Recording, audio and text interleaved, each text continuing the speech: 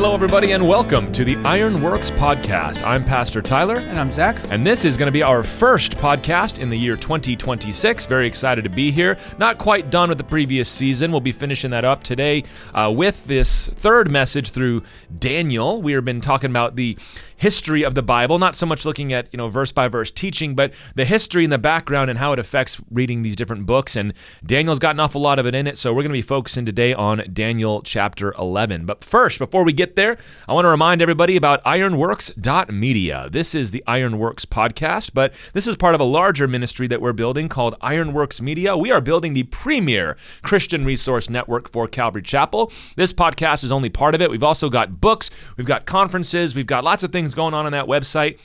It's all centered there at ironworks.media. You can join our mailing list. We've got some free stuff we can send to you, 2 free ebooks you can download right away, as well as keep informed of all the things that are coming up in the future. And if you want to find out more about the church, you can go to calvarychapeltrussville.com. Zach, how you doing? Start of the new year, you doing all right? Yeah, our new year started a little bit late thanks to the plague that went around. So we're back on top, getting stuff done, having a pretty normally abnormal ministry day today. What did we do today? Painting. I think you're studying for Sunday or that podcasting. Sounds like assistant pastor stuff. I've been studying for Sunday. that's about right. So yeah, no, we've been doing good. I'm excited for this year. There's a lot of good stuff coming up this year that I'm really excited about. Yeah, a lot of cool things coming up for Ironworks Media, and that's actually what we're going to talk about here at the beginning, and kind of look at the previous year in retrospect, and also look to what we got planned for the future. We've been seeing the mailing list grow quite a bit. It's not huge or anything, but we're excited by the numbers that we're seeing there. So if you're on that, you're going to be hearing about these things in due course. But let's look back. Last year in Ironworks Media was a good one for us. We released 2 different books, which is pretty the primary thing that we're doing with that ministry over there. But 2 different books, that was quite a process for us. And not only finishing the books for me, but getting it published and bound and put together. And what was that like? Because that was quite a reach for us to get both of them done in the same year. Well, I mean, mainly a lot of that is on you actually getting them written, but then also there's like, yeah, that's the main thing, right? But there's also just learning how to do book launches, I think, which is like a thing that everybody, I guess, does, but it seems like nobody can give you a very concise description of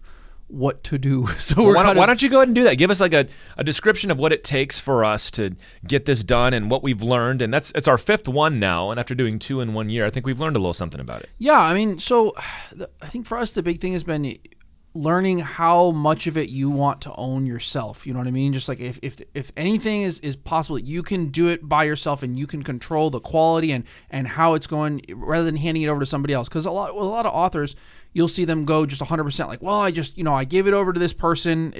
I paid money, for somebody to market it or whatever. And that's fine. But we found that you get just about the same results for just sort of doing it sweat equity. So we put a lot of effort this time into focusing on, let's make sure the books look good, look amazing. Can we, have incredible, graphic design stuff? Emily does our graphic design, and she's excellent at that. So the cover is the big thing. Whoever, I'll tell you what, once you start doing books and marketing, whoever said don't judge a book by its cover, that person's just wrong. Like everyone judges a book by its cover, and you want to make sure that when somebody sees the cover of your book, it looks like you cared about it, that it's done professionally, that you put effort and thought into it. So we put a lot of time, and I mean, I think that might have been one of the longest processes almost, was just, after writing it, was just staring at those covers and saying, no, like that's not quite there, and we were all tweaking and poking at it. I mean, that wasn't even our domain really, and we let Emily do her thing, and she does all the work and sends us options, and we're just like, no, right, yes, right. Better, but she really does a tremendous job, and this last process was much faster than some of the other ones. I think we're just kind of learning it, and then, I mean, once we get it out, we've got to find ways to announce it and let it go, and all the printing and shipping aspect of it is a whole behind-the-scenes thing that folks never see. And we kind of built this year, because we had been having the books on Amazon, right, through Kindle Direct Publishing, which is how the books are actually printed and sent to people still. But we realized that we also wanted to be able to, just frankly, to be able to sell those books directly from our website, so that we're not giving Amazon's a huge old cut. Right. So that's something I can say we definitely changed and learned this last year, is as we dug into the numbers of it a little bit more, especially when we did The Desolation of Israel, which was a hardcover book. Yeah. It was a little different than the paperbacks because Amazon takes a bigger whack out of it than normally. So Yeah, they print it in that you don't have to pay anything, Right. Except for a small print cost. And if somebody buys it from the website, I don't have to pay anything. I get a cut from that. If I want to order copies for myself, I have to pay a small print cost for each one. But we found that the hardcovers, man, it's really amazing, the percentage. Like, it's more than 2/3 of what it's sold for. Oh, yeah. That Amazon takes. Oh, yeah. And that really got to me because, first of all, it doesn't seem quite fair, although they are doing a substantial bit of the work. It's their business. I get it. But to me, we looked at it, and I remember us having a day where we go, we can sell this ourselves cheaper, and the author gets a bigger cut. Right. In other words, the reader pays less money. Yeah, it's just better all right. around. The reader will pay less in order to buy it. And the author, which right now that's me, but we plan on adding other authors in the future, we're trying to build a system that will work for lots of different pastors. So we started selling them through Ironworks Media, and the only drawback is you don't get Amazon Prime shipping. But if people are willing to wait a little bit, then we can do that. So we built out that whole bookstore on the website and everything, and that was whole updated the website too. Yeah, and that was a whole learning process. Was like, okay, so we're going to build this bookstore, and then we're going to have to start thinking about how you fulfill the books and everything. That was a super whole new aspect that we added. I also think the biggest thing we learned from all these, man, is if you're an author, or even I'll even say this, I think this goes beyond just like maybe even to anything else that you're doing as like a creative thing. You've got to get really comfortable. I know that we're all we made this mental shift to like everything's about social media now. And we've really tried to do some social media type marketing. And I do that. Shoot, I work externally. I have a little contract thing that I work with somebody else. And I'll tell you, social media marketing is the hardest hit one right now. That's the thing that is taking the biggest, like the numbers are dropping the fastest. It's the hardest to sell things on social media. Tyler, what you know this better than anybody. Where do we sell the most books? Oh, events, far and away. Always. It's events. Face-to-face events. Where when I go to speak somewhere and I have a table set up, and it's not even close. And I know we're not the only people because I talk to other authors who are selling, whether it's nonfiction books, ministry stuff, or fiction stuff. They say, look, you've got to be able to go and shake hands and talk to somebody and explain to them why you're excited about the thing and why they should be too. And whether that's, hey, go to your local bookstore. Like we did, Dee Dee's unfortunately now is closing, but we went and did some consignment books with her, and those sold, and like just finding ways to be present locally and physically with people, I think is the new thing. I think everybody, really, it's an old thing. Right, but I think people are realizing. The book industry is hilarious because for years, everybody's been talking about these amazing disruptions that were coming in. And it kind of happened, but it's almost that it was more a self-fulfilling prophecy than anything. Remember I thought for a while everybody was going to be on Kindles and e-readers. Oh, yeah. Like, that just did not happen. That did not pan out. Not the way people were people thinking. Still use it, but no, who do you meet whose primary way of reading books, who really loves to read, is on their Kindle? Right. If you still read, you if do you still both, read. for sure. Yeah, and audiobooks are going to audiobooks have now come parallel to regular book publishing. Right. It did not replace it. Like, people are not going to do the audiobook instead of, they feed into each other, and it leads to more of that. And now there's this amazing comeback, and it's mostly in women's fiction, actually, women's fantasy and speculative fiction, and that's just exploded.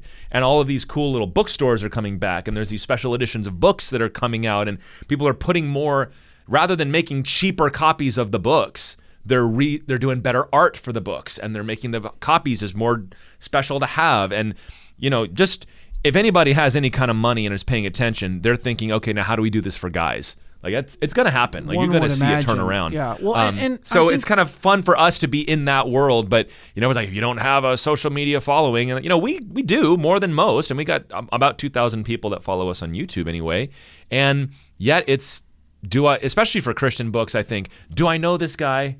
Is he a good guy? Is he a pastor? Does he know what he's talking about? Is he psycho? Is he into false doctrine or not? And so just doing it in person seems to be the best thing. So we really did up our events kit and everything too, to try to lean into that more often. Well, think about the way that the way that it works for you as a person. Are you get bombarded with Instagram ads all day? How often are you? Most people are not like, oh, I'll just buy that book sight unseen because I don't know the author, but I got an ad for it. Like, that's not how most people work. Does anybody else see commercials and say, okay, now I'm never buying from you? Right. You put a 2-minute ad in the middle of my 45-second YouTube video. I am on purpose not buying what you're selling now. Now, what happens is your friend says, I read this book. You have to read it. Okay, that matters. You find, I think because there's so much noise and information around, people are narrowing down the ways that they acquire new things to be more old school, almost in a sense. And I think that's why things like events at conferences, we're talking about how to do even more of that stuff in this next year, rather than kind of putting all of our efforts into maybe as much like, I don't know, social media or whatever you'd think about. Yeah, and we've never really been a very social media heavy thing. I mean, my advice to any church that wants to ask how you do YouTube or social media is like, just take what you're already doing and find a way to get it up there. Like, we're not really, other than this podcast, there's not a lot of things that we are creating for the internet. The books are written for our congregation and for the people that, I'm going to speak to in different places. And all the stuff we put online is just the Sunday and Wednesday sermons. And I never cater a message for the live stream. Right. Like, it's just kind of a silly thing to do, in my opinion. It's never going to work anyway. But also, even the things that we do that we know are going to be made public, it's always with our congregation in mind first, and that seems to be the best way to do it. Speaking of which, by the way, I am very far behind on completing the audiobook for The Desolation of Israel and for Firebrand, but we are intending to get those out there. The simple answer, and I have had people ask me about it, is nobody really buys the audiobooks.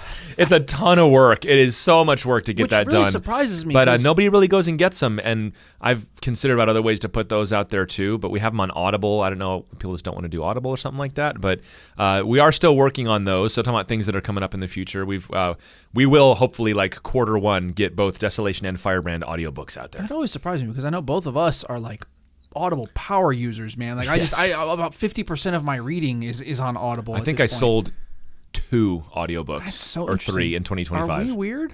Maybe. I don't know, but I'm going to keep doing it because it doesn't cost me anything. We have all the equipment. But you mentioned conferences. This last year we had the Ironworks Israel conference that we did. Yes. Kind of tied to the release of Desolation of Israel. How did that go for you?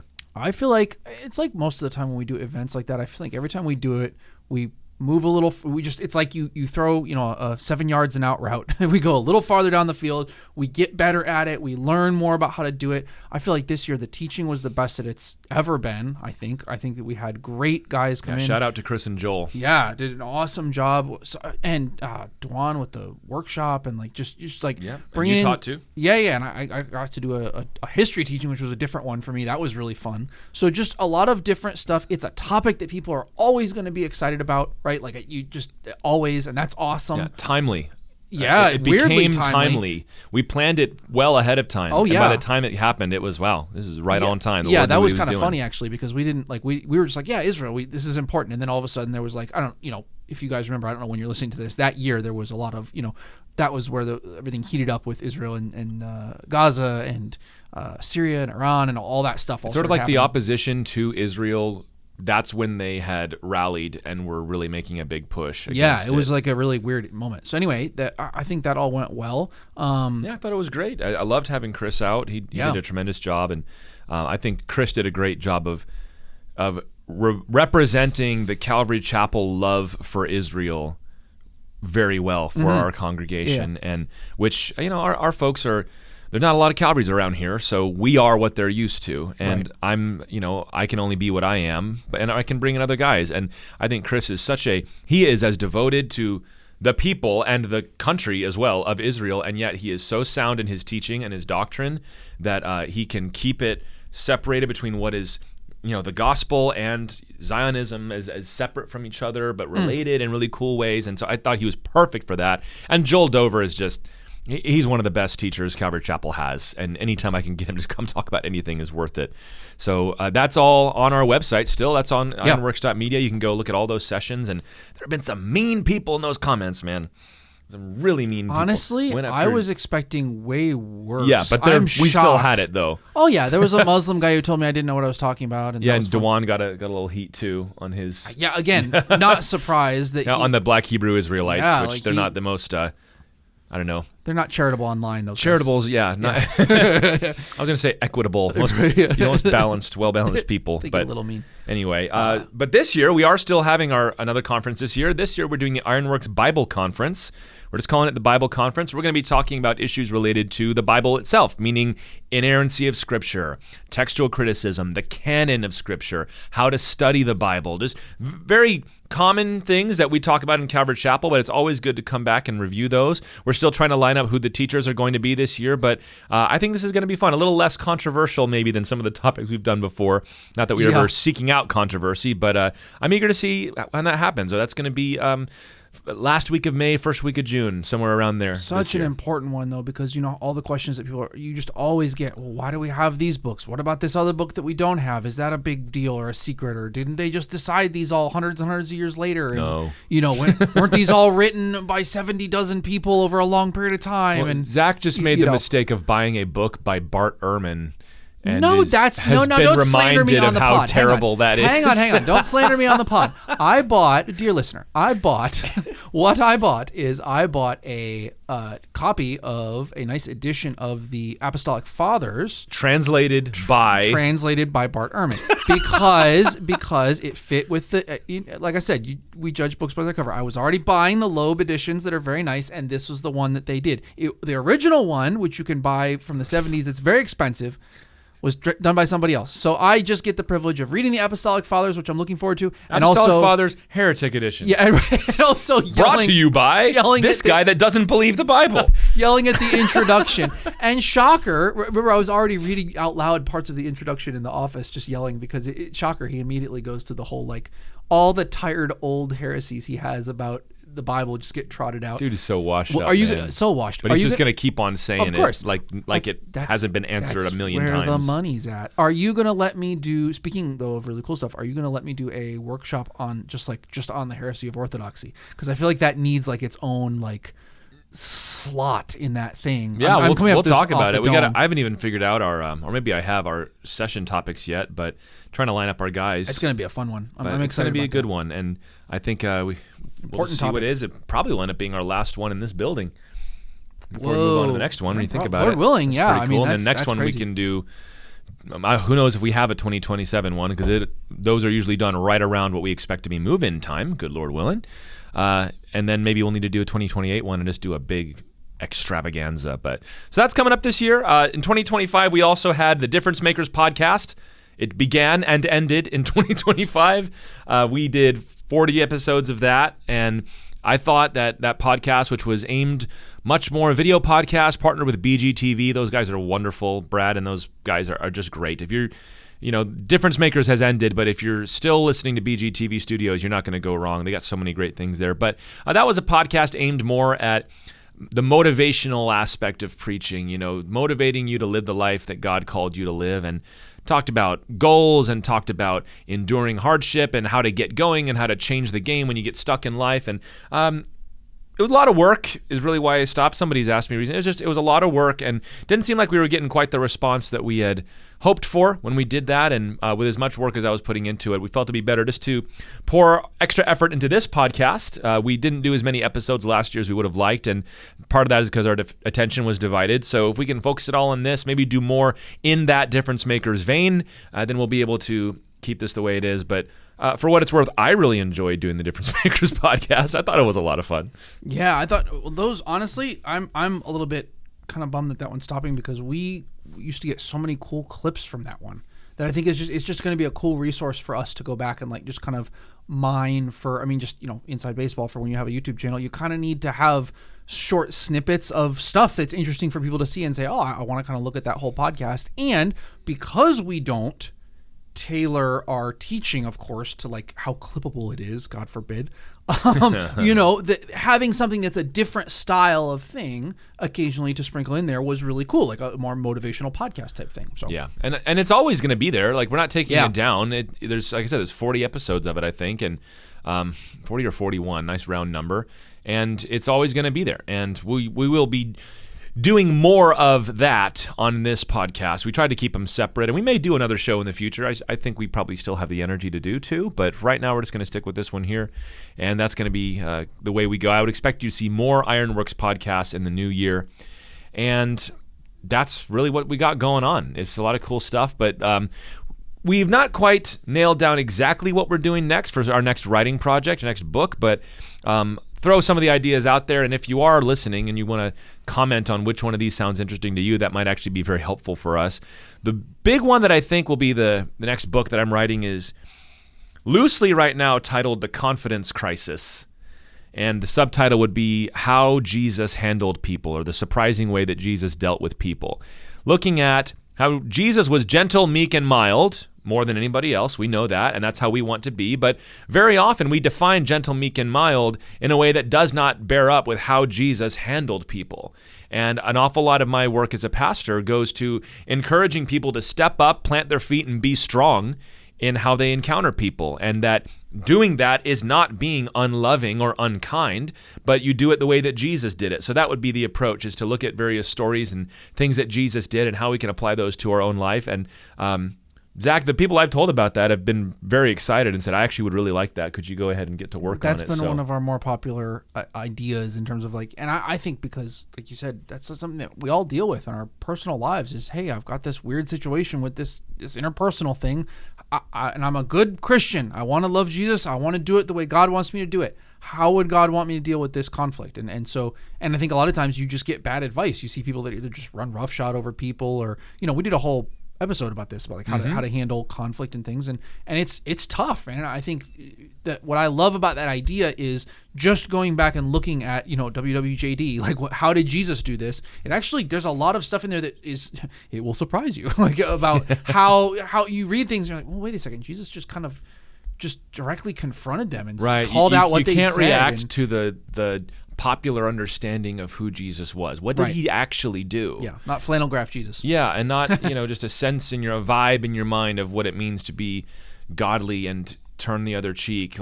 All right, those words are in there, and yet Jesus also lives out for us what they look like. And there's a bunch of great scriptures that we're going to look at, and so that's, again, tentatively titled The Confidence Crisis, because I think there is one among a lot of people, good, godly people who need to hear this. And we're also looking at some compilation books, Zach. We're looking at doing a one on the cross, maybe even taking some of the more motivational teachings I've done and kind of making a book that goes along with that. His Final Days, the first book we ever released, was a compilation of sermons about the end of Jesus' life.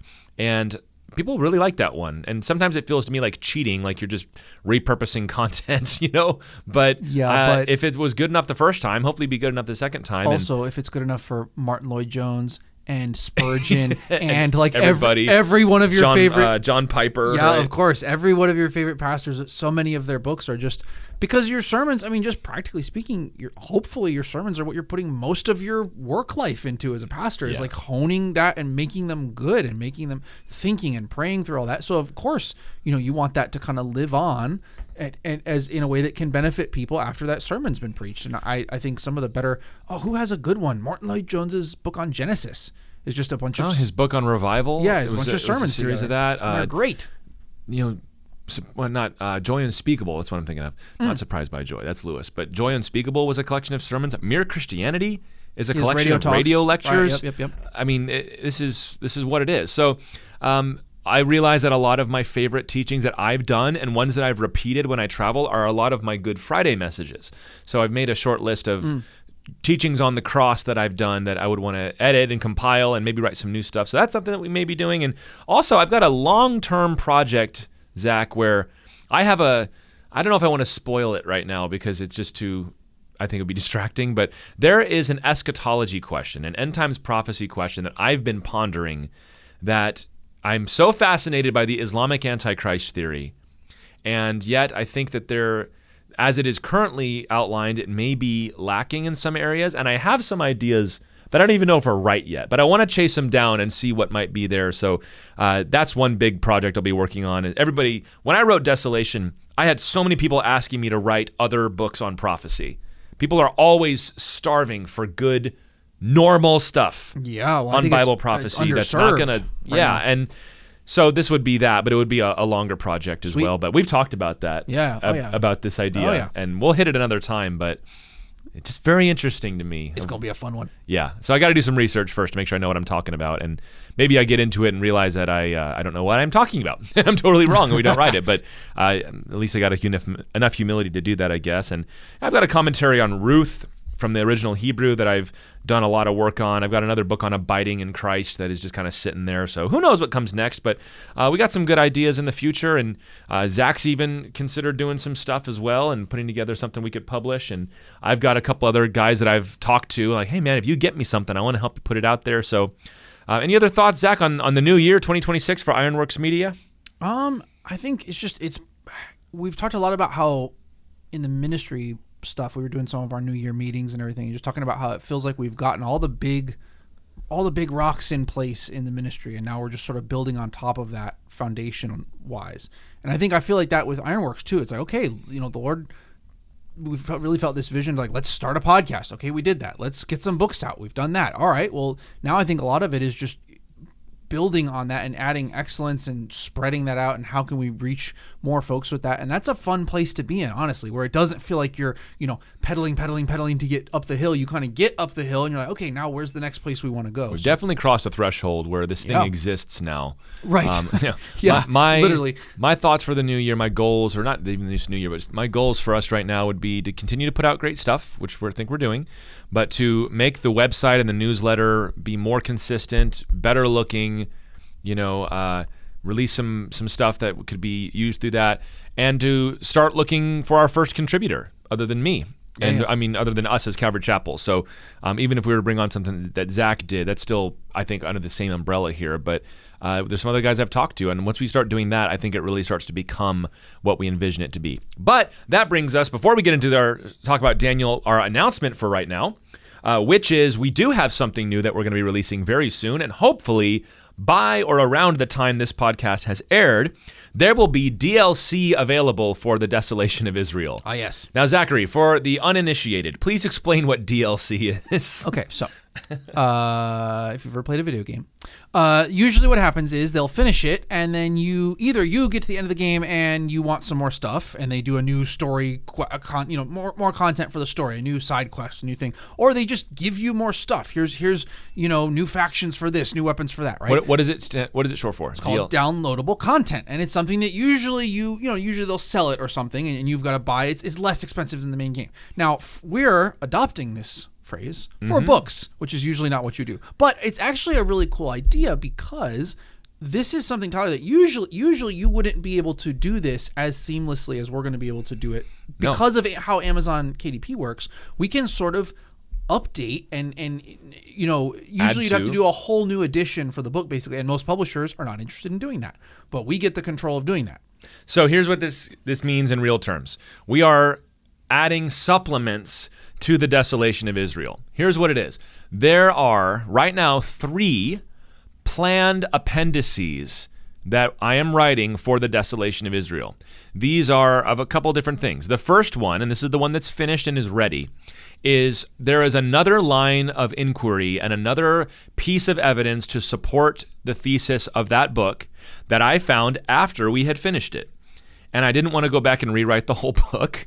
So I wrote an appendix, and we're going to be adding that. And then there's also a couple things that people have asked about. Why didn't you talk about such and such? Why didn't you talk about this? And another objection that I didn't answer in the book that I think need to be written. These are not long. The one that I just finished is, I think, 13 or 14 pages, same size as the book itself.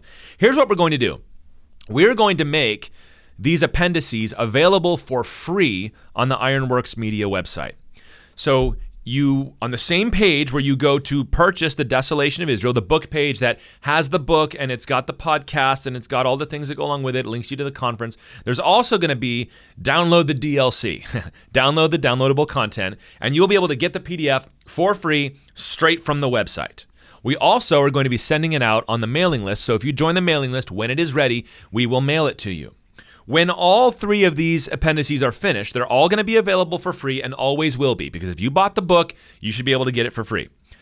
But once they are finished, we are going to add them to the Desolation of Israel, and we will release it as the Desolation of Israel 2nd edition, and all copies from there on will have appendices A, B, and C in the back of the book. I think this is a pretty cool idea. This does happen, but like you said, usually if a publisher releases a book, another edition is going to take years before any of these things are added, but because we control it from start to finish, we can do it right from the beginning. So it's a pretty cool study in the book of Lamentations that is going to be added and released. Yeah, I've read that first one, and it is a really cool study, the book of Lamentations, and it really, I liked how you were kind of, and maybe we should do a whole podcast on this sometime, how to do this, but you're doing a interpretation for that prophecy that is including, typology, a little bit more. And that's the title of it, is the typology of Lamentations. And I thought that was really cool. So I'm very excited about it. Honestly, if it goes well, that's a cool thing to think about doing. How would we do a DLC for one of the other books, and would that be interesting? And what kind of things could we do? Could we do, maybe beyond an appendix? Is there a set of videos you could, use as a DLC somehow? Or I don't know. I like that idea. I actually went through, when we first released Struggle and Surrender, there were study questions at the end of every chapter. And there were. We linked to discussion videos. I since took them down because I felt like the study questions just kind of clogged up the book a little bit. And also, I didn't think that the videos we made were of a high enough quality that I wanted to keep them up. So right now, without announcing it, you technically, if you bought a Struggle and Surrender recently, you have the second edition. It does not have the study questions. I would love to go back in the future and redo that, and either release a study guide that goes with Struggle and Surrender, and we'll actually do it right and do a proper recording with good discussion videos, or just to add them to the book itself. I don't know. So we have ideas for this, but right now the appendices are the typology of Lamentations. I'm going to do a section on the Valley of the Dry Bones, because I get asked about that all the time, and I felt it was such an obvious point that I could make reference to it and move on. Because, Heinsohn and Walvard and those guys have just hit it so hard. I'm like, do I really need to say this too? But everybody wants to know about it, so I'll talk about it. And then also, there's a question that people have asked a couple times since then is, what did Jesus mean when he said, when you see the fig trees in bloom, you'll know the time is at hand? And there's some strange interpretations on that, so I'm going to address that some, but that's hopefully going to be available. If you hear this and it's past January or February of 2026, go to our website, ironworks.media, and you should be able to download that right away and get a taste for it. So cool stuff. Sweet. Cool stuff, man. This is a blessing to be able to do this ministry, and it's a blessing to be able to do this podcast. So we are going to do our part 3 right now of the book of Daniel, the history behind the book of Daniel. We started out at the beginning looking at how the book of Daniel came about. We talked about the writing of it. We've talked about the archaeological evidence for it. We talked about what happened at the destruction of Jerusalem. Then last time we talked more about the Persian Empire. We talked about Belshazzar quite a bit and got into a lot of those things. Part 3, and this is going to be the last part of Daniel, is we're going to be looking at Daniel chapter 11. And for those of you who do not know, pastors among themselves have certain chapters and parts of the Bible that we quietly acknowledge as being really, really difficult, and how am I ever going to get through that? Daniel 11 is one of those chapters because it's the kings of the south and the north. It's a vision that Daniel gets from the Lord, and it's very tricky to follow. There's a lot of history here. There's a lot of debate over how to assign the different symbols to the history that happened, and yet there's a whole section of near and far fulfillment that is worth talking about. But when you know this and you break it down, it actually is one of the coolest references to or explanations of how we know this was prophetic in the first place. And that really is the debate. And chapter 11 of Daniel is the primary sticking point for people who do not believe that Daniel was written when it was written. You recall we talked about this, that everything in Daniel, internally and externally, tells us that it was written during the time it describes, the times of the kings of Babylon and Persia. Even the language it uses is of that time. However, there are many people that say it could not have been written during that time, and the main reason they say is because of prophecies that were fulfilled, and if you don't believe in prophecy, you have to believe it was written after the fact. This chapter is the primary chapter that causes people to say, no way it was written ahead of time, because if it was, it is just too specific. But it talks about the Greeks. It talks about the changes that took place even after the history of the Bible was written. It's remarkable. But Tyler, isn't that circular reasoning? You have to explain yourself, sir. Well, so so you're saying this can't be this really can't be written at this time. Why? Because if it was really written at this time, then it would have predicted these things. Yes, and we know that it can't have predicted those things. Okay, how do we know that? Well, it can't have done that because it was written later. Like you're reasoning in a circle. You're instead of saying, because you're unwilling to believe that God could have been involved. And you're starting with that as we're not even going to question that. we're going to start with, there's no way this could be supernatural. Now let's explain the book. Which is, of course, the classic thing that you do with all these things. You know, we know that passage in the Gospels wasn't original. How do we know that? Well, it talks about a miracle, and that must have been added later to mythologize it's your theory Jesus. Driving your study rather than the other way around. But this has been the case for a very long time. There is this guy, and it's really a shame that we're still talking about him, but there was a 3rd century, so that's the 200s AD, guys, a 3rd century Greek philosopher named Porphyry of Tyre, and he wrote a book called Against the Christians, Adversus Christianos. And one of the things that Christians very often used to solidify their claims that the Bible was true was the fulfillment of prophecy, and specifically prophecy that the Romans knew. The Romans knew the history that we're going to talk about today way better than they knew the Bible's Mosaic history. And so for them to say this was written before it all happened was a very bright feather in their cap.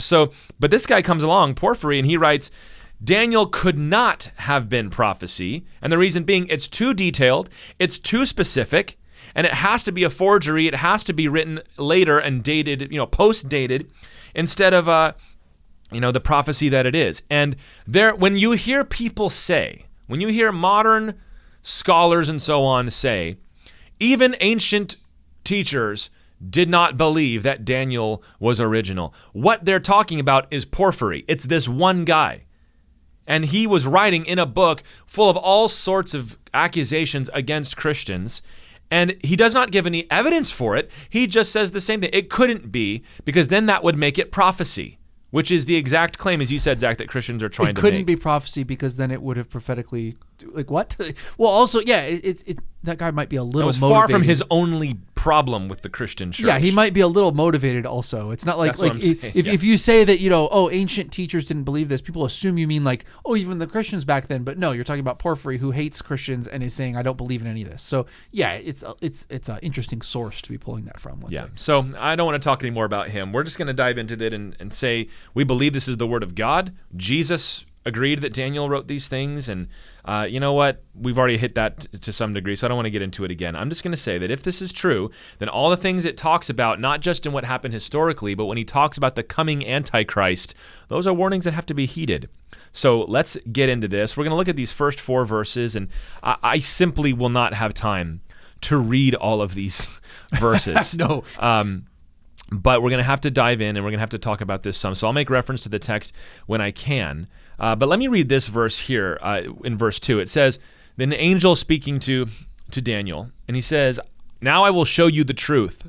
Behold, 3 more kings shall arise in Persia, and a 4th shall be far richer than all of them.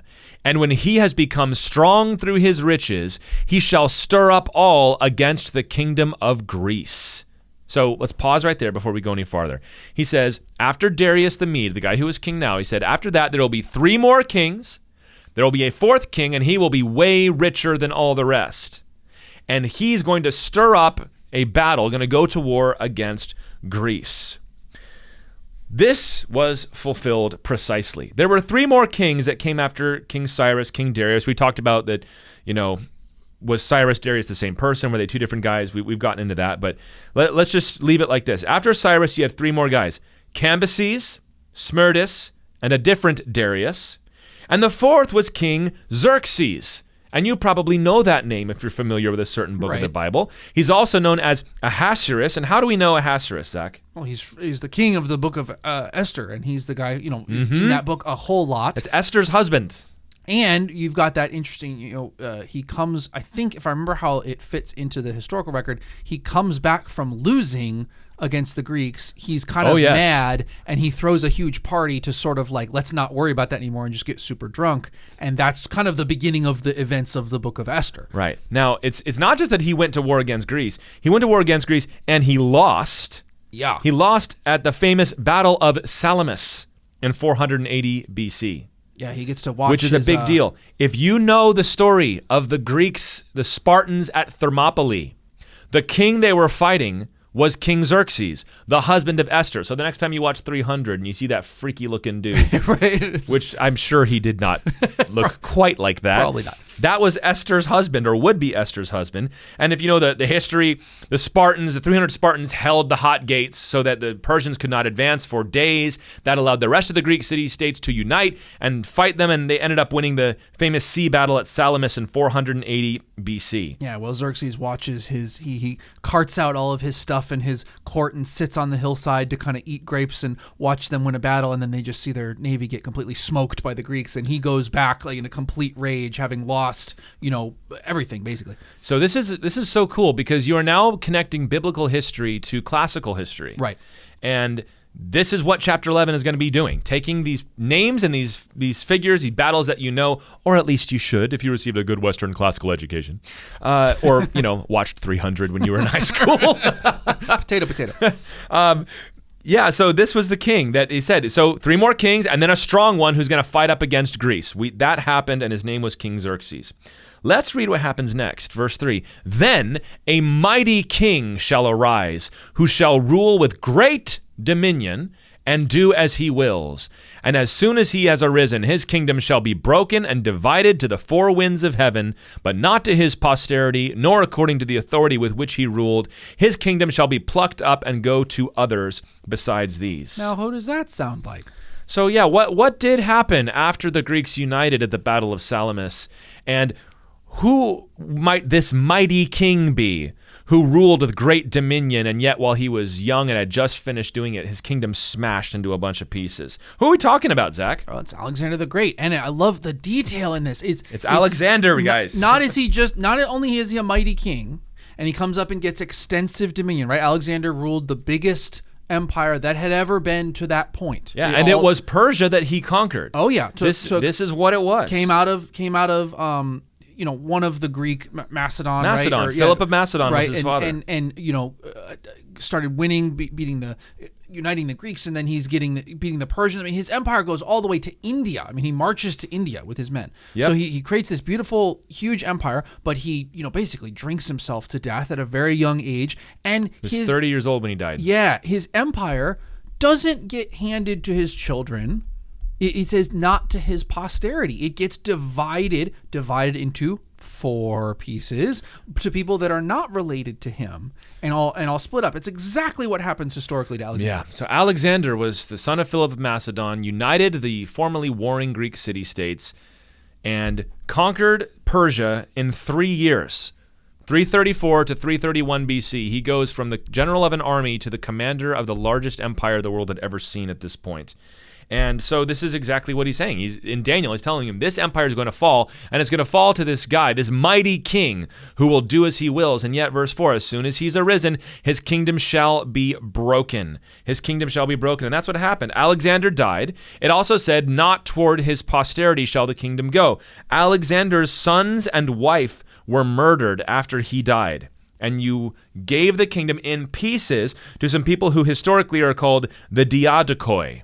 So these are different kings, and it says 4 winds, and there are some persuasive arguments that there were exactly 4 kingdoms. There are some that argue that there really were 5, or there was 4.5. A lot of that is because these kingdoms were constantly warring against each other. They were back and forth. The 4 winds of heaven, meaning it got broken into pieces. And we covered a lot of that in Daniel chapter 8. But what's going to happen is he's going to move on past not just the fall of Persia. Remember we talked about the goat with one horn that comes from the west, right? And smashes the ram with the lopsided horns. Now we're going to see what happens after that as we get into verses 5 through 19. And there's so much detail here. We're going to narrate this expecting that you've got the text open in front of you and that you will go and make reference to these things yourself. We're going to focus on 2 of the Diadochi kingdoms, 2 of the kingdoms that were part of what had happened when Greece broke apart, Egypt and Syria. Egypt and Syria.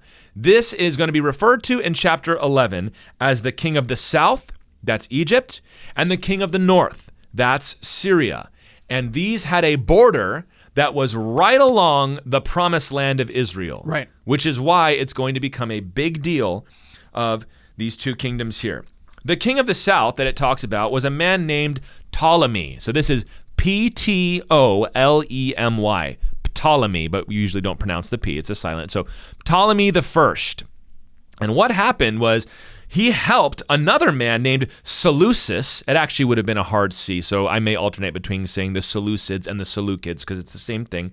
He helped that man secure his Syrian kingdom, but he kept the promised land for himself. So this is going to be a point of conflict between the king in the north, the Syrians, the Seleucids, and the king in the south, Egypt, the Ptolemies. It's going to be a conflict because, hey, that should have been ours. That technically is closer to the Syrian line than to the Egyptian line. And that all happened around 300 BC.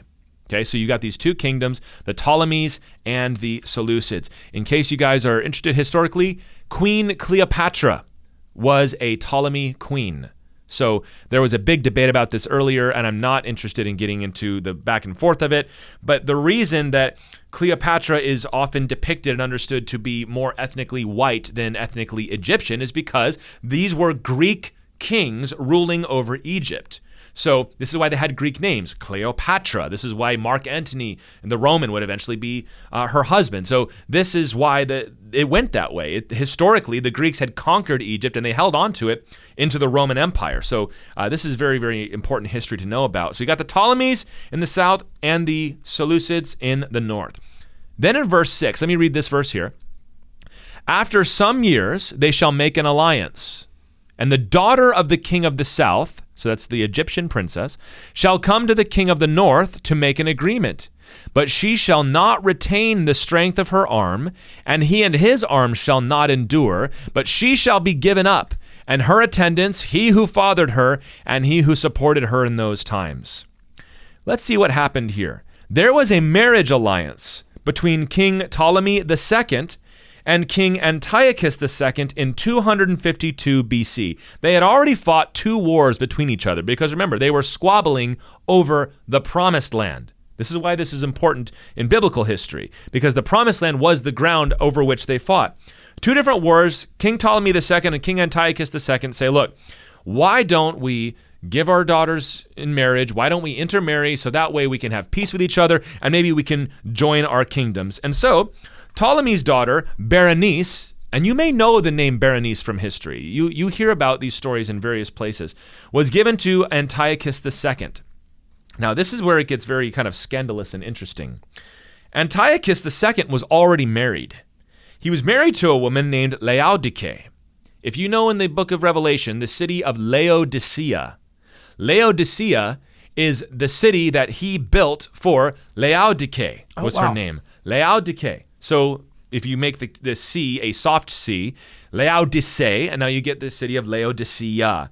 Well, he divorces this woman to marry Princess Berenice. But what does it say would happen in verse 6? That princess would not endure, right? She will be married, but she will not endure because Laodike saw to it that she was murdered. She murdered not only Princess Berenice, she murdered her son, and she murdered Antiochus II, her previous husband. So this is, hell hath no fury like a woman scorned. Like, you're going to divorce me, I'm going to kill you and your new wife and y'all's kid. And she installed Seleucus II as king. Yeah, I mean, there's a couple 100-year period where you just don't want to be anywhere near the kings that are ruling, Jerusalem and all those surrounding areas because they're all crazy people, dude. The Antiochus line, they're all nuts, and it's just all this history crammed into like a verse. Yeah, for real. It's really, this is why we wanted to do this, because we can verify these things. And this sparked the third Syrian war. So remember, there was the first Syrian, the second, and then they decided to do the marriage alliance. But because he divorced his wife to do that, she assassinates everybody on one half of that line. So then it says, and from a branch from her roots, one shall arise in his place. That's Berenice. From a branch from her roots, one shall arise in his place. He shall come against the army, enter the fortress of the king of the north, and he shall deal with them and prevail, and carry off to Egypt their gods, and so on. So what happened was, Ptolemy III, who was Berenice's brother, a branch from her roots, right? Same root, different branch. He invaded Syria, and we know from history he took plunder, 40,000 talents of silver, which is an impossible amount of money. A talent was a huge amount of money.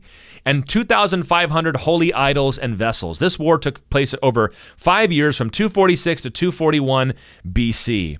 And it says in verse 9, the latter shall come into the realm of the king of the south, but shall return to his own land.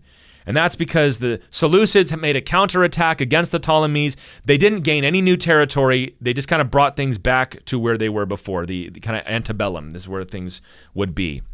Then it's going to keep on going. His sons shall wage war, assemble a multitude of great forces, and again shall carry the war as far as his fortress. So again, I got to stop reading the scriptures here. I'm going to assume that you're reading them. What happened is the next two Seleucid kings, the sons of Seleucus II, and it focuses on the second one here, Antiochus III, who was much more aggressive as a Syrian king. So up till this point, the Ptolemies have really had the advantage. They're pushing them back. They're plundering them. Even when they win, the wars against the Egyptians, they can't go as far as they'd like. Well, this guy's actually going to take the fight down into the land of Judah. He's going to go down into the promised land and make an alliance with the territorial governor there. But Ptolemy IV, so again, these are generational wars here. Ptolemy IV will defeat him at Raphia in 217 BC. So this is really the last big push of the Egyptians, is you get this other king who comes and he fights a Syrian king and he's pushing down and he gets the promised land involved, which is important because it's the first connection between the Syrians and the Israelites, or the Jews at this point. But even then they get pushed back in 217 BC. Moving along, though, 15 years go by, and the Egyptians, the Ptolemy dynasty, starts to decline. Meanwhile, the Seleucid kingdom, is forging new alliances, making new friends, growing stronger, and they would attack again in 202 BC. Let me read verse 14 here. This is important. In those times, many shall arise against the king of the south, and the violent among your own people, Daniel, Israelites, Jews, the violent among your own people shall lift themselves up in order to fulfill the vision, but they shall fail.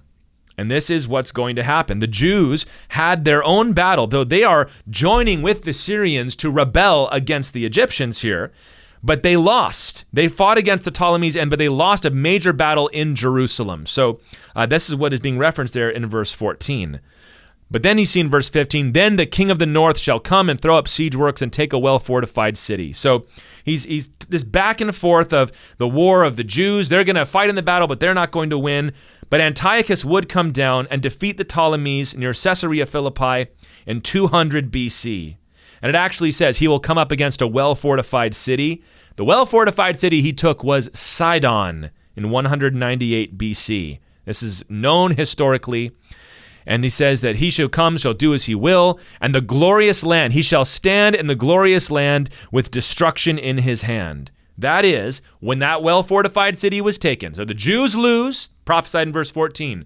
Verse 15, the king of the north comes in and takes a well-fortified city, Sidon, which is a major victory for them, so that by the time you hit around 198 BC, the glorious land, Israel, is in Seleucid hands. So from the death of Alexander, around 300 BC, we have the land of Israel, the land of Judah, is in Egyptian hands. And again, these are Greek kings who have conquered Egypt. By the time we get to around 200, a little bit after that, they are now in Syrian hands. And that's going to matter. He continues, it's amazing how detailed these descriptions are, as we said. Antiochus would defeat the Ptolemies. I already read that part. Please excuse me. So here's what happened. Antiochus tries to marry Ptolemy V. He tries to send his daughter to go and marry Ptolemy V. They don't want to do that. They don't want to make a marriage alliance. So what he tries to do, and I'm going to reference this because it will come into play later. His plan, let's invade Thrace, which Thrace is up in the Balkans. This is, I believe, modern-day Bulgaria, if I'm not mistaken, has parts of Thrace in it, and other coastal regions. So if we can't expand in the south, the Egyptians, the Ptolemies are blocking our way, let's go up north and try to do that. This is the first time we see these Greek kingdoms running into Roman jurisdiction. So Rome is just starting to rise along this time. And there's a famous battle of Magnesia in 190 BC, where Antiochus III lost to the Roman commander, and it says that he would face the commander. Let me find this here. Verse 18. He shall turn his face to the coastlands, that's Thrace, shall capture many of them, but a commander shall put an end to his insolence. Indeed, he shall turn his insolence back upon him. He shall turn his face back to the fortresses of his own land, but he shall stumble and fall and shall not be found. So the Bible is saying you got the Syrians rising. They're going to conquer Judah, take it from the Egyptians, try to go north, make some gains there, but they're going to face a commander, which historically is the Roman Scipio, and then he will turn back and have to be content with his gains and go back to what he had before. And under the Treaty of Apamea, the Seleucid kings lost all their holdings in Asia. His son was taken hostage, and they had actually made an alliance with Hannibal at this point. So this is when we're starting to get into the Punic Wars here. I was going to say that Scipio is probably Scipio Africanus, right? Yes. Who ends up fighting Hannibal, I think, in Africa. Yeah. So it's right. And, it's all getting connected here. Right. So. And this is one of the Tyler, this is why this is, I'll just put in the plug because I see it in your notes coming up. This is why Christians should study history. Is because one of the coolest things that you can do, look up one of those like it's called a wall chart of world history. You can see them online for free or you can buy them. What's amazing is there are these big parallel timelines that show you that while the stuff that's in your Bible is happening, other stuff in the world is happening. The Bible is not like other religious texts that's, it happened in fairy time long ago. Right. It happened in the real world, connected to real world things. And we have archaeological and prophetic evidence of this, that these things connect all. You say, hey, wait, I recognize that. That happened over here. In the real world, connected to real people, this stuff happened. And I always thought that's like the coolest thing when you see those crossover kind of things happening. Yeah. So, I mean, the Punic Wars, the Battle of Rome and Carthage, like this is now biblical history is referencing that. Obliquely, all it says is that, he shall try to go up into the north. He'll try to fight, but that didn't work and he'll be defeated by a commander. That commander is fighting a historically significant battle, and he was allied with Carthage, which would be, of course, attacked and salted by Rome and all of that, and put an end to it. But, we talked about him trying to send his daughter, and you see that is in verse 17. But, this humiliation that we're talking about, Antiochus III came back. He was assassinated in the city of Elymas, and that was in 187 BC. So he starts out great. He conquers the land of Judah from the Ptolemies, tries to go north, has a defeat there against the Romans, who are kind of starting to emerge on the horizon, and then he dies an ignoble death in his own territory, which is exactly what the Bible said. I mean, Zach, that's a lot of detail there, but I mean, just to summarize, you had the kings in the north, which is the Greek kings of Syria, and the king of the south, who are the Greek kings of Egypt, the Ptolemies and the Seleucids. And there's all this back and forth and intrigue and intermarriage and warfare, and it's all being fought over the promised land. And what I'm trying to show you is there's even more details that are specifically referenced in this chapter that I don't have time to really dive into. I mean, it's astonishing, Zach. You can see why these people that were familiar with this history, like we're familiar with the Revolution and the Civil War, would be like, there's no way he did that. Or to say, if the Bible knew all this, it must be true. What's interesting about, even just as I'm hearing you read it, and I'm going to say something, I don't hear me wrong. I'm not trying to be heretical here. This does not read like a history textbook, right? Because a history textbook would say, we wouldn't have to tell you who these people are. It'd say, and then Scipio Africanus did this or that. It doesn't read like that. It reads more like one of those, a prophecy, that Nostradamus says, and then a man will come and he will do this, and then this will happen and it will do that. But the thing is, when Nostradamus says that, it never comes true. It's always this vague thing that you can't tie to real world events. So this is the same genre. It's prophetic literature. It reads like prophetic literature, but you can one-to-one match everything up. And you can hear us doing it. We're like, and then this directly ties to this. This next thing that happens is what happened next. It has one-to-one correspondence to the actual events, but it's written like somebody who's like, I don't really know exactly what I'm talking about here, but God's telling me that there's going to be a commander, and then there's going to be a this, right? It reads like a person who's hearing a prophetic vision. One of the biggest misconceptions about Bible prophecy is that the prophecies are vague. This is not vague. How the Bible does prophecy, guys.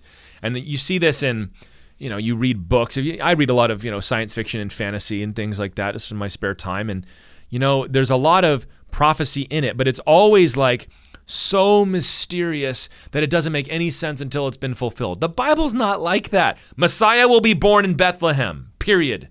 And then he was. There's going to be a king, and he's going to try to get his daughter to marry this guy, but he won't, so he's going to go for a battle in the coastlands, and he's going to fight this commander, and he's going to have to come back, and then he'll die an ignominious death. That just exactly happened. It's specific enough that it's provably, you can prove it wrong, right? That could have been provably wrong, but yet we can trace it and figure out where it is. Yeah. It's not like, when you read what the Oracle of Delphi said, and then 5 people have to say, so what does the wooden wall mean? Oh, it's our ships. Like, that's not what this is. Yes. Now, if you read this, it is not disputed that this is one-to-one with classical history. Right. This is not disputed, right? This line works so well in preaching all the time. A few good men. These are the facts of the case, and they are undisputed. What is disputed is when it was written. But all of the evidence that we have, archaeologically, textually, etc., points to this being written before it happened. And it's disputed so vociferously because people know this is a one-to-one correspondence. Everybody recognizes. What's his name? Porphyry of Tyre recognized it back in the day. That obviously this tracks so well that it's got to be about this, and therefore must have been written after the fact. Right. Well, here's an example. I'm just moving on into verse 20. Let me just read this because it's astonishing historically how this exactly happened. It says, "Then shall arise in his place," so that's Antiochus III, the guy who lost in Thrace and then was assassinated. "Then shall arise in his place one who shall send an exactor of tribute for the glory of the kingdom. But within a few days he shall be broken, neither in anger nor in battle." What is this talking about? Well, the one who became king after Antiochus III was Seleucus IV. And he was saddled with his father's war debts from all the battles he had fought and then lost. And so he is going to send, this is the one who rose in his place, an exactor of tribute for the glory of the kingdom. There was a man named Heliodorus who was sent by Seleucus IV to Jerusalem to try to get tribute from the temple there. You need to plunder the temple, give us the money so that we can pay it off. This failed. They refused to pay him. And when he came back, he assassinated King Seleucus IV. He was broken, not in anger nor in battle. That's exactly what happened. Just again, it's so detailed. Right. It's just crazy. It's wonderful to see. Right. But in verse 21, this is a big pivot in our Bibles. "In his place," so in Seleucus IV's place, "shall arise a contemptible person to whom royal majesty has not been given." That is, he's going to be king, but he's not going to be kingly. "He shall come in without warning and obtain the kingdom by flatteries." This is the rise of the terrible Antiochus IV, or Antiochus Epiphanes, as he liked to style himself. And it says he's going to arise by flattery and all that. He's not going to be a good king. Let's explain what happened. Antiochus IV was Seleucus' brother, Seleucus IV's brother. And he had been kept in Rome as a hostage due to the Treaty of Apamia. We talked about the Treaty of Apamia a second ago.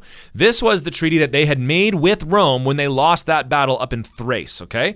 So when they lost that, part of the deal was you have to keep a member of the royal family here in Rome so that we can have leverage over you if you ever try something again.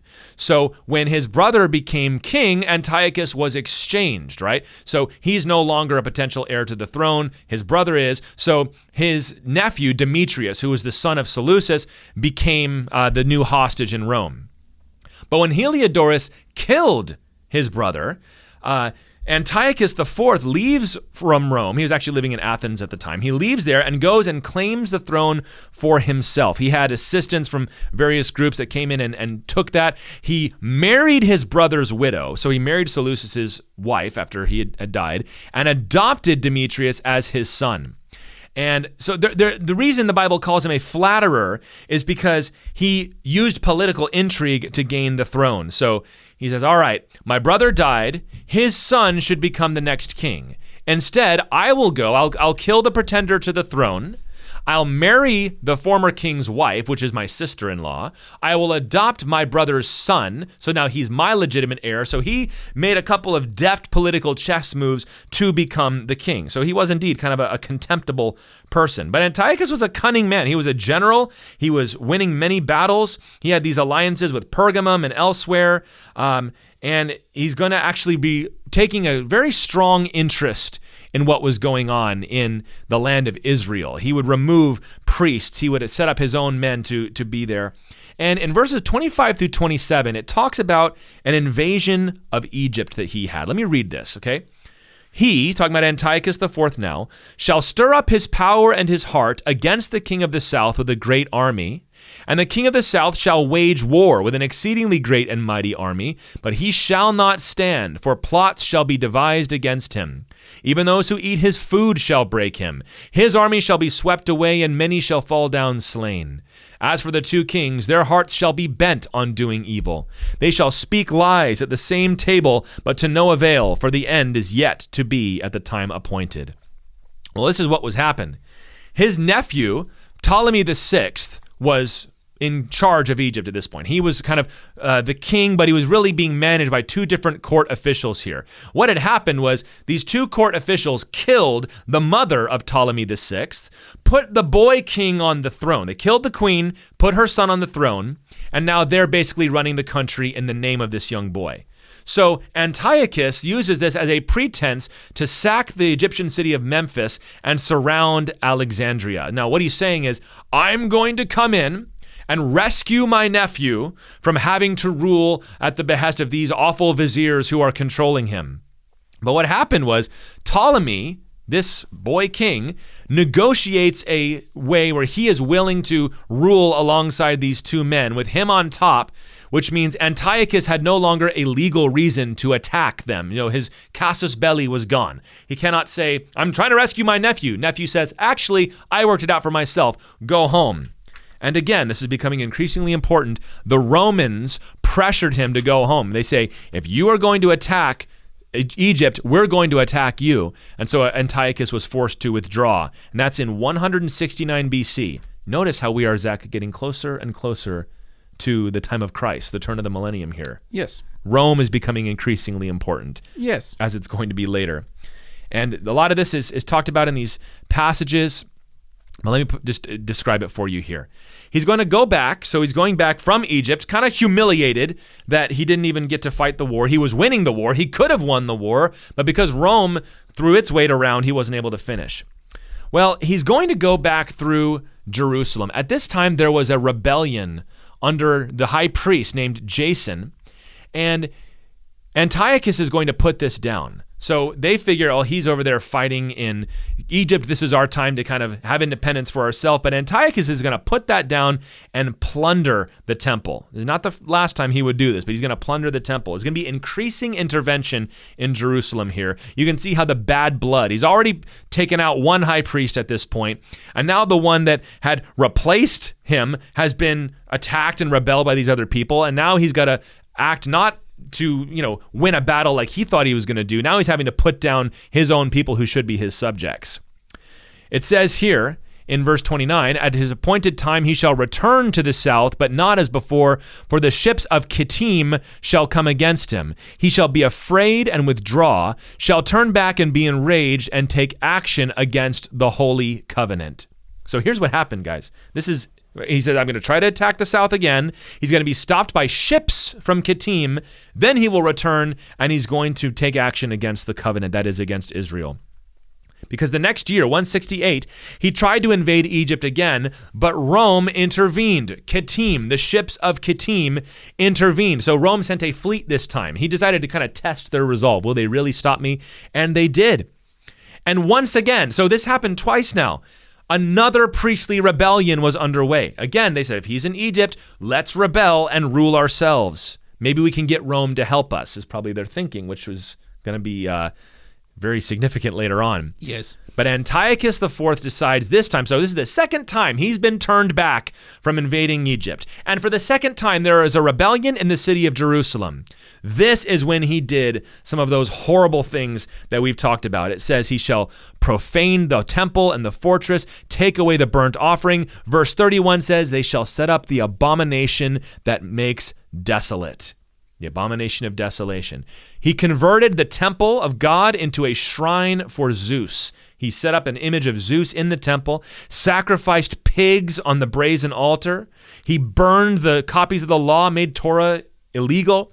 He outlawed circumcision, he outlawed Sabbath observance, and he began to bring in philosophers to Hellenize the culture by force. Zach, tell us again what Hellenization is. He's basically saying, like, you can't be Jewish anymore, you're going to be Greek. You're going to be Greek culturally. I think this, isn't Antiochus the one who set up the gymnasiums, which Yes. would totally scandalize a Jewish culture. It's like, what do you mean they're going to work out naked? Like, that was just not how it was done for Jews. So he's trying to make them, it's like how you read about, like, when which Peter the Great tried to cut off all the Russians' beards, like, we're going to be modern, or that happens in Japan. Yeah. It's that kind of thing of like, you guys are the old way, this is the new way. Greece and Rome, by extension, are the new people, and we're going to be like them. So he's trying to make all of the Jewish people culturally Greek by force, make them kind of religiously Greek, bring in all these other thoughts and ideas. Of course, the Jews do what we've already said several times. What do? They rebel. Yeah, it's kind of and that's what it says is going to happen, because the Jews had been up to this point resistant of Hellenization. We're going to keep our own culture, thank you very much. But finally he says, no, you are going to be Greek and you're going to like it. And this is when they brought in Hellenistic philosophers to be like the public school teachers, basically. You had to hear these philosophers. And he set up a priest who was a Hellenistic priest in the temple. But it says in the scripture, Daniel chapter 11, verse 33, the wise among the people shall make many understand. The previous verse, the people who know their God shall stand firm and take action. And this is the Maccabean revolt. This is not biblical history. It's deuterocanonical, which means it's history, but it's not scripture. But this is what happened. In the village of Modane, which is in Israel, they were being forced to offer sacrifices to the false gods. And when a certain Jew said, I'll do it, the high priest, Mattathias, killed the Jew who offered to do that. He killed the Greek enforcers that had come, and he and his 5 sons, including a man named Judah, who became known as Judah Maccabeus, Judah the Hammer, led a guerrilla resistance against the king Antiochus IV.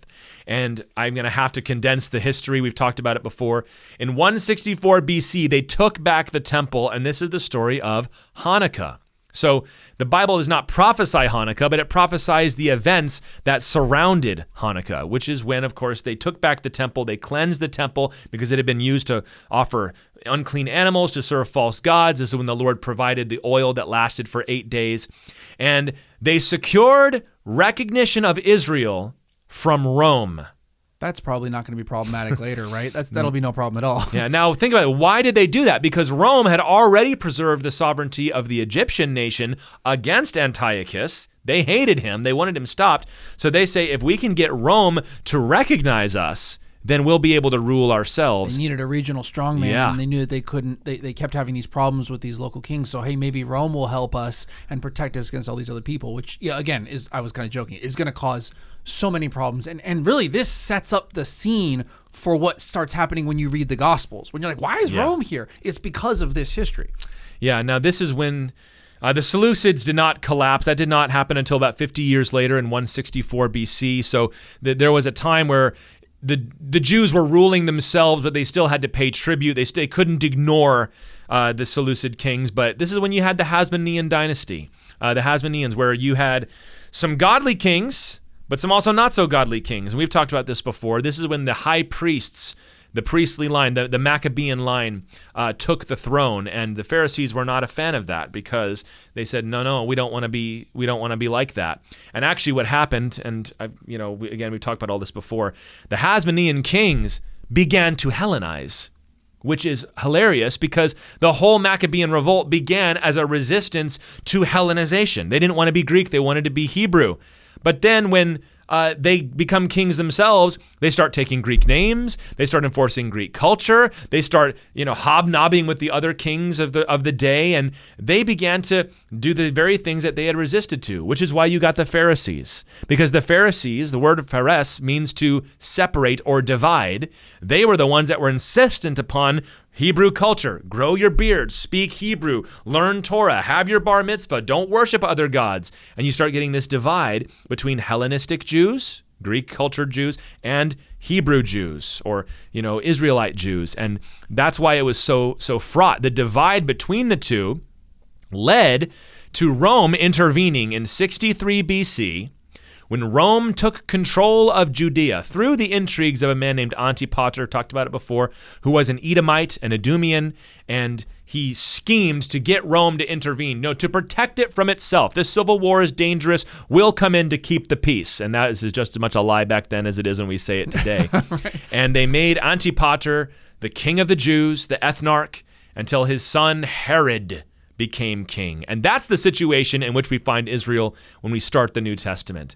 Zach, we just traced prophetically the 400 years of silence up to the days of Jesus. That's all in there. Isn't that amazing? Yeah, and I hope you're here, if you've been following along too, we're not really stretching this, right? Check up on it, look at it. It's really eerie how all of this lines out. And I think honestly, it's been really interesting for me because this connection historically of the scene of everything that's going on, it's been super interesting. I just finished reading part of Josephus' Jewish Wars, which picks up after the Gospels, and it's all the same stuff, man. The Romans are still there. They're still making messes. The Jews won't submit to anybody. It's all that same kind of scene and setting. But yeah, this is crazy how detailed it is. Yeah, so just to summarize it for you, and we had a lot of details, and I know a lot of these names and these dates probably went over your head and the back and forth, and especially trying to connect it to the text of Scripture is difficult. But let me just summarize what the Lord prophesied would happen generally, okay? He said what's going to happen is Persia, after 4 kings, is going to fall to Alexander the Great. They're going to stir this hornet's nest called Greece. And because of the Battle of Salamis, that very much gave rise to the unity. It's what Philip of Macedon did. He united the Greek city-states, and his son Alexander conquered the world, conquered the Persian Empire. But when he died, his empire was divided into pieces. And the 2 that concern us are the kings from Egypt, which would be the Ptolemy dynasty, and the kings from Syria, the Seleucid dynasty. And they fought, I believe it ended up being 5 wars over the Promised Land. That's why it's relevant. They're fighting over the promise, and there's intrigue and intermarriage and assassination and back and forth until you start seeing this other empire called Rome to show up on the horizon. So they're going to go up into the north, but that's not going to work because Rome's going to stop them. And then what's going to happen is that king will die, and a new one named Antiochus is going to rise. And he's going to be trying to conquer Egypt, but Rome's going to keep on stopping him. Meanwhile, Israel keeps on trying to rebel and get Rome to come help them. And because they keep doing that, that king is going to enact atrocities against the Hebrew people. He's going to defile the temple. He's a type of the Antichrist. And what's going to end up happening is Israel will rebel and revolt. But the only way they're able to hold on to that rebellion is that empire on the horizon, Rome, will recognize their sovereignty. They'll rule themselves for a while, but what ended up happening is Rome ended up coming and swallowing up Israel, just like it had swallowed up all those other countries. It would swallow up Egypt, it would swallow up Syria, and it swallowed up the Promised Land too. And even this short season of independence did not last. But all of that sets the stage for the New Testament. We finished the history of the Old Testament with Daniel and Esther, and Persia is still king, but then you skip over all this stuff, and we've got Romans and centurions and Caesar Augustus and Tiberius is telling us to do things. Right. And we have groups called Pharisees and Sadducees that we don't understand. What does that even mean? And, what does it mean that Herod was the king of the Jews, but there's also Pontius Pilate? And how does this all work? It was all prophesied, you guys. It's worth our time to learn this history, as you were saying, Zach. We've got to know some of these things. You read about characters like Hannibal, and they factor into biblical history a little bit. Alexander the Great, he's talked about in the scriptures. Mm-hmm. We talk about the might of Rome, but Israel was part of the Roman Empire. Don't you understand that? That all of this came together. It's just remarkable. Anything to say on the history before we start to wind this down here, Zach? Oh, it's my thing, and I like it just for fun. But I totally agree. You got to remember this isn't like a myths and legends thing. The Bible. This is historically grounded, and I know we make a big deal out of that, but that's because it's important. People will tell you all the time, "Oh yeah, the Bible it's all filled with errors, and it's written over such a long time. It's just kind of all legends." They just don't know what they're talking about when you read this stuff. In all kindness, you don't know. Yeah, no, that's wrong. There's so much historical detail in Scripture. It's about real people in real places that are historically verifiable, and that ought to be, in fact, that's one of the things we ought to be able to get most excited about. When someone starts talking about the Bible's been disproven by history, you can be like, let's talk about the Bible in history, right? And that's one of the reasons why I love studying all that part of it so much. People just say things. Oh, the Bible's been disproven by history. Right. I do this for a living. Yep. I've got my Master's of Divinity here. I've done a ton of reading. I've read pretty much most of the current literature, at least as it makes it down to someone like my level, I don't know what you're talking about. Right. And I'm reasonably informed on this. Right. You read a Richard Dawkins book. Right. All right. I've done my history or a Richard here. Dawkins tweet, more likely. But no. And I know where these guys get this stuff Yeah. because I've actually read the stuff they're pulling it from. And they'll say something. There's a verse, and Paul's talking about false teachers, not like skeptics, but he'll say they make bold claims about things they don't know anything about. And that is exactly what you have is people that will just say, well, the Bible's been disproven. And you go back and the thing that they're referring to is like, that's it. You're building it on that flimsy little, there's no history of camels in the promised land during the time of Abraham. Yeah, there is, because it's in the Bible. Right. So you're putting the cart before the horse, or the camel before the horse here. Okay. I don't know if camels pull carts or not. Probably not. But, maybe. It's so exciting, guys, because either you have to completely discard our best archaeological and historical methods. So who's being unscientific now? You have to either discard our best scientific understanding of history and archaeology and textual criticism and study for your anti-supernatural bias, or if you can allow that there is a possibility of prophecy, your scientific method will direct you to the most detailed prophecy you've ever seen in your life of verifiable historical events. It's so exciting. I will say briefly, when you hit verse 36, this is when it starts to talk about the Antichrist. There is some debate about this. This is the future Antichrist. You have all the history of Antiochus to the end of his reign because they rebel. He gets driven out of Israel, never to return. But then it starts talking about the king and who will do as he wills and speak indignation against the God of gods. I'm not going to talk about exegetically why we believe this, other than to say the description of this king is lifted up beyond anything we know about Antiochus, and a passage that has been 1,000%, micro-detailed, goes way beyond that into the realm of true prophecy. And that's because Antiochus was a type of the Antichrist. And good Bible scholars agree. This is when you hit verse 36. Now we are talking about the last days Antichrist. So we're not going to dive into that because this is a historical lesson. But I think this has been an awful lot of fun. The book of Daniel gave it three different history lessons, one about the background and the history of it, one of the Babylonian and the Persian history of it here, the fall of Babylon, which people said forever was not able to be historically verified. Now it has been. And now we're talking about the history that happened in between. So I hope this has been some interesting stuff for you guys. We may do more of these in the future. I'm sure we will. For right now, I imagine we do something a little different next time. But I'm very excited to be back doing some recordings of the Ironworks podcast in 2026. Zach, anything else you got to say for us? No, read your history. It's very important for understanding your Bible. Yeah, get you a good Old Testament survey. Yeah. A good Old Testament survey. One by Eugene Merrill is my favorite Old Testament survey. It's called The World and the Word. That's a good book. That'll give you all this stuff that we talked about today, or a good evangelical commentary on Daniel will get you this stuff as well. Don't forget, be on the lookout for that DLC. We got some additional chapters, some appendices coming out for the desolation of Israel, which we hope to have released here very, very soon after recording. Join the mailing list on ironworks.media if you want to find out about that, as well as all the new things coming out. They've got other books there if you want to go check them out. The future editions will have these chapters, but for right now, you'll be able to download them for free. And if you have any questions, you can, of course, contact us. Let us know that you've been listening. We love your comments. We love hearing about it, especially from our folks at church. Love to have you come visit the church if you've never been to it before. If you want to find out more about that, you can go to calvarychapeltrussville.com. We'll see you next time on the Ironworks podcast.